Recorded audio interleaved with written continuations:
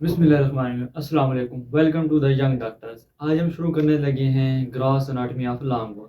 पहले हमने पढ़ा था कि बोन क्या होती है, फिर उसकी टाइप्स पढ़ी थी, क्लासिफिकेशन साइज एंड शेप की बुनियाद पर। अब हम पढ़ने लगे हैं इसकी लॉन्ग बोन की ग्रॉस एनाटॉमी। लॉन्ग बोन जो है consist of two expanded heads and long shaft. वो ये कहना चाह रहा है कि दो एक्सपेंडेड हेड होते हैं और एक शाफ्ट होती है। ये जो है ये होती है एक एक्सपेंडेड हेड और ये है दूसरा एक्सपेंडेड हेड। उसके बाद ये लॉन्ग शाफ्ट, ये जो है ये इसे कहते हैं shaft. Two expanded heads and one shaft, one long shaft. फिर इसके बाद ये हम इसको डिस्क्राइब करते हैं शाफ्ट क्या होती है। Shaft is hollow cylinder and central cavity of this cylinder is medullary cavity। पहले ये कहना चाहता है कि वो एक हॉलो सिलेंडर होता है, इसके अंदर कुछ भी नहीं होता। कोई उसमें बोन मैरो मौजूद नहीं होता, इसलिए हम इसको कहते हैं हॉलो कैविटी। और उसके बाद इसके अंदर सेंट्रल जो कैविटी होती है इस सिलेंडर की, उसको कहते हैं मेडुलरी कैविटी। इस जगह पे जो सेंटर में मौजूद होती है कैविटी, ये वाली, इसको कहते हैं मेडुलरी कैविटी। उसके बाद आते हैं wall of this cylinder is called cortex. जो इस सिलेंडर की जो वॉल होती है ना, ये इसको हम कहते हैं कॉर्टेक्स। अब उसके बाद वो कहना चाह रहा है कि cortex is covered with connective tissues. इस कॉर्टेक्स जो है ये कवर्ड होता है कनेक्टिव टिश्यू पर। कनेक्टिव टिश्यूज होते हैं वो इसको कवर करते हैं, जिसको हम कहते हैं पेरियोस्टियम। ये देखें, connective tissue that cover the cortex called periosteum, which thick fibrous membrane containing blood capillaries, lymphatic vessels and nerves। ये जो पेरियोस्टियम होती है ना, ये एक थिन फाइब्रस मेम्ब्रेन होती है जिसके अंदर हमारे पास कैपिलरीज, ब्लड कैपिलरीज पाई जाती हैं, लिम्फेटिक वेसल्स होती हैं और नर्व्स इसके अंदर पाई जाती हैं। उसके बाद इसके अंदर सम टाइप्स ऑफ सेल पाए जाते हैं। यह इस कैविटी, यहाँ कैविटी होती है ना, उसके अंदर सेल्स पाए जाते हैं छोटे छोटे, जिसको हम कहते हैं ओस्टियोप्रोजेनिटर सेल। ओस्टियोप्रोजेनिटर सेल।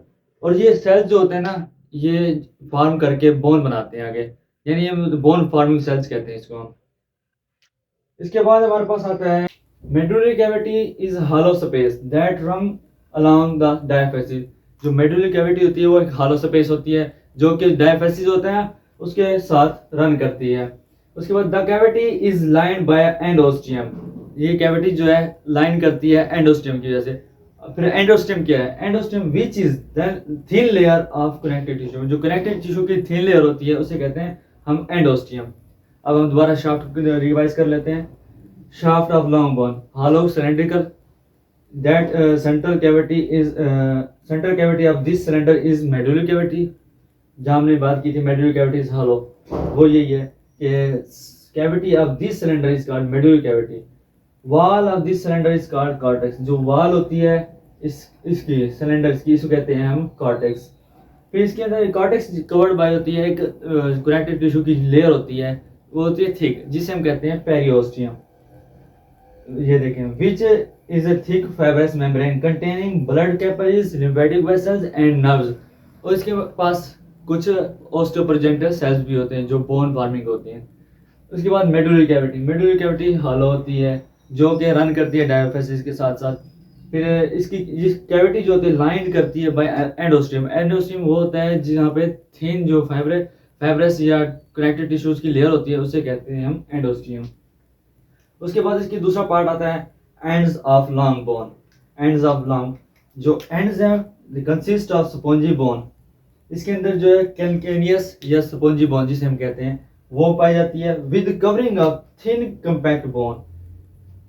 लेट्स सपोज ये हमारे पास स्पॉन्जी बोन है और ये थिन जो है कंपैक्ट बोन है वो इसको कवर करती है। ये देखें, consist of spongy bone with covering of thin compact bone occupied by the red bone marrow. जो इसके हेड्स होते हैं यहाँ पे रेड बोन मैरो पाया जाता है। इसको हम रेड से शो करते हैं। यहाँ पे रेड बोन मैरो पाया जाता है दोनों एंड्स पर। बेयर्स स्मूथ आर्टिकुलर सरफेस, और ये जो है दोनों अपर एंड्स और लोअर एंड्स, ये जो दोनों हैं ये आर्टिकुलर सरफेस प्रोवाइड करती हैं for the joint formation. Bear smooth articular surface to participate in formation of joints with other bones. Let's suppose अगर हमारे पास ह्यूमरस है, ह्यूमरस का जो अपर हेड है वो स्कैपुला के साथ जॉइंट बनाता है, और जो लोअर एंड्स हैं वो टिबिया और फिबुला के साथ मिलकर हमारे एल्बो जॉइंट बनाते हैं। This surface is covered with the cartilage, और ये जो सरफेस होती है ये वाली सरफेस, ये यहाँ पे जो है ना कुछ कार्टिलेज मौजूद होता है। कार्टिलेज, इस कार्टिलेज को कहते हैं articular cartilage. Covered with the cartilage called articular cartilage. Ends क्या होते हैं? Consist of spongy bone with covering of the compact bone. Compact bone की कवरिंग वो भी थिन। उसके बाद आती है इसके रेड बोन मैरो कंटेन करते हैं। उसके बाद फिर जो आर्टिकुलर सरफेस होती है वो जो है जॉइंट फॉर्मेशन के लिए यूज होती है। और उसके बाद अपना सरफेस जो है इसके पास, इस सरफेस के ऊपर जो कार्टिलेज मौजूद होता है उसे कहते हैं आर्टिकुलर कार्टिलेज। उसके बाद हमारा टॉपिक है एपिफाइसिस। एपिफाइसिस होता क्या है? Epiphysis is a part of bone formed from secondary centre of ossification. ये जो बोन का जो पार्ट होता है जो फॉर्म होता है सेकेंडरी सेंटर ऑफ ओसिफिकेशन, जो बोन फॉर्मिंग का जो प्रोसेस है उसका एक छोटा पार्ट है। फिर इसके बाद इसकी टाइप्स आ जाती हैं। There are 4 types: pressure epiphysis, traction epiphysis, atavistic epiphysis, aberrant epiphysis. पहले हम डिस्कस करते हैं pressure epiphysis. The epiphysis are present at those bone ends which are either involved in the transmitting the weight of the human body।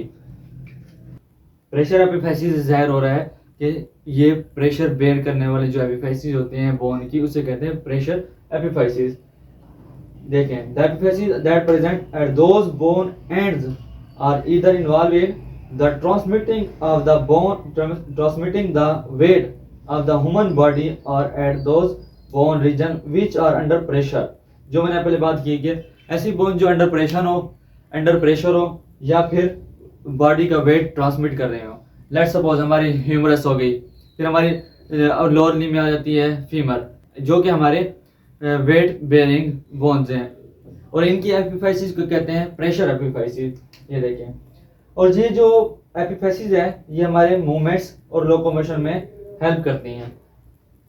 और इसका main point, ये articular भी होती हैं, ये ज्वाइंट फॉर्मेशन के लिए भी सूटेबल होती हैं। इसकी एग्जांपल में आता है head of femur and head of humerus. Pressure epiphysis ऐसी एपिफाइसिस जो प्रेशर बेयर करें, या ऐसी बोन्स जो के वेट ट्रांसमिट कर रही हो, और उनके जो हेड्स को कहते हैं हम प्रेशर एपिफाइसिस। जैसे कि हमारे ह्यूमरस के एपिफाइसिस या हेड्स, और लोअर लिम्ब में फीमर क्या है, हेड्स। उसके बाद हमारे पास आती है ट्रैक्शन एपिफाइसिस। ये होती है इंपॉर्टेंट पॉइंट नॉन आर्टिकुलर। एक एमसीक्यूज आती है कि ऐसी कौन सी एपिफाइसिस है जो नॉन आर्टिकुलर हो, वो ट्रैक्शन एपिफाइसिस होती है जो नॉन आर्टिकुलर होती है। और ये दूसरी बात ये कि ज्वाइंट भी फॉर्म नहीं करती, not form a joint, non articular and not form a joint. और दूसरी बात ये कि ये जो है ना अटैचमेंट प्रोवाइड करती है, attachment site for the tendon and ligaments. जो लिगामेंट्स और टेंडन की जो अटैचमेंट की साइट होती है वो प्रोवाइड करती है, उसे कहते हैं ट्रैक्शन एपिफाइसिस। और ये जो है ना ossify later than the pressure epiphysis. ये जो है प्रेशर एपिफाइसिस के बाद ही ओसिफाई होती है।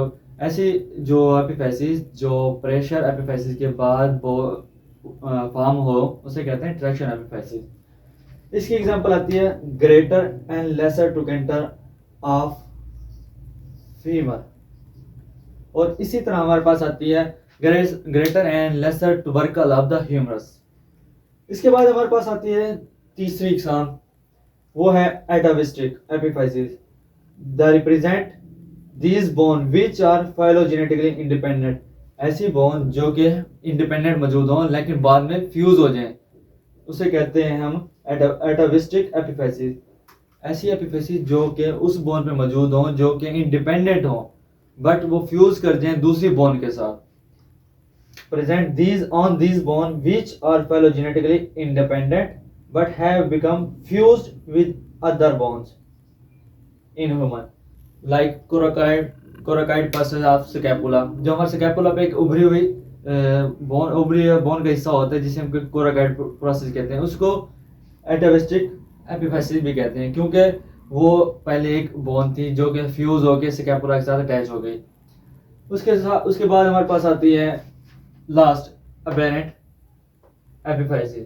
The epiphyses are deviation from the normal। ऐसी एपिफेसिस जो कि नॉर्मल से डेविएट की हो, मतलब कि मुख्तलिफ हो, इनहराफ हो उनका, और ऑलवेज नॉट प्रेजेंट।